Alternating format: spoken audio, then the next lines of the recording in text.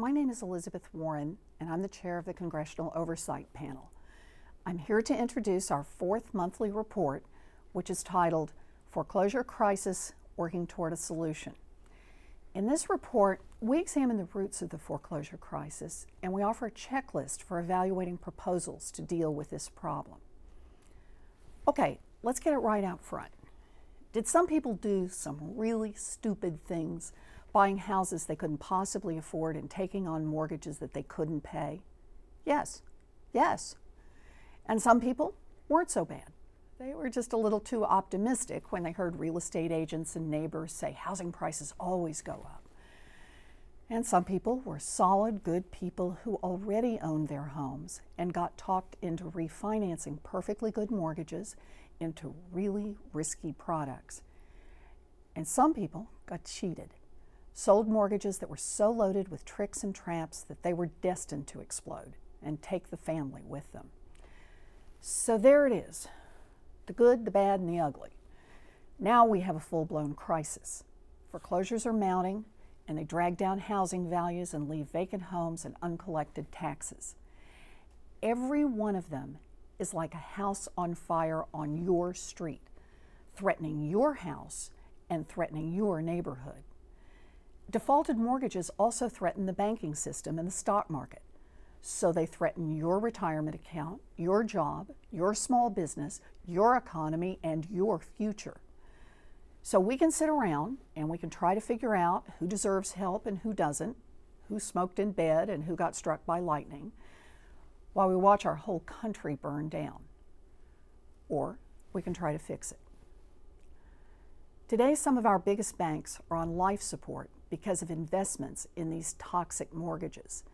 From the start, Treasury's use of the Troubled Asset Relief Program, or TARP, has mainly focused on stabilizing the financial institutions that lie at the top of the economic pyramid. But the members of the Oversight Panel believe that we won't be able to pull ourselves out of this recession and end the financial crisis without a plan to address the foreclosure problems that help get us into this mess. We begin our report with the story of how the housing bubble started.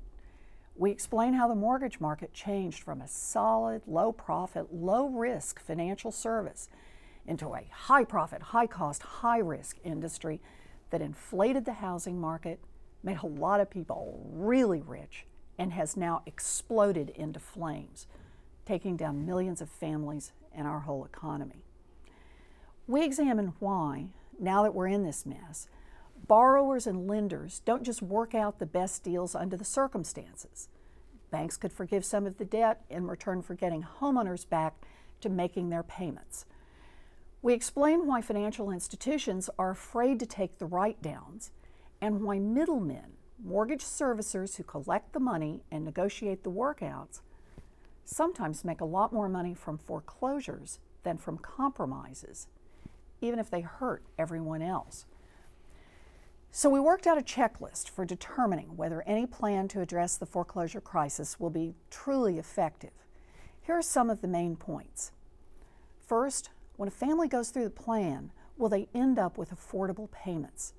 So far, many modifications have resulted in monthly payments that are as big or even bigger than the homeowner's previous payment. That's not going to prevent a foreclosure. Second, does the plan deal with mortgages that are a lot bigger than the value of the house? 1 in 5 with a mortgage now owes more on the house than it's worth. And for some, just one small bump and they end up walking away. That's a foreclosure waiting to happen. Third, does the plan get rid of junior mortgages? These second mortgages may be completely underwater, but they can block a new deal between the lender and the homeowner. Worse yet, they drive up the payment amounts and put the houses further underwater. Fourth, does the plan overcome obstacles in the existing agreements that may prevent modifications? When mortgages are held in trusts, there are legal risks to the servicers when they rewrite them.